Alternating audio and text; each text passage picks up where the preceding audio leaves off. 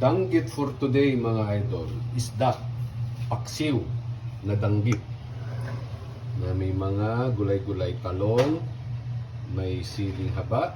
Ay solve na naman ang aking tiyan ito mga idol. Kain na tayo mga idol, nakaluto na si Mami. Yan, kain na tayo ng danggit mga idol, paksiw.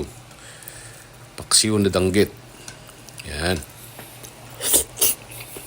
Hirap to. Kamayin natin mga idol.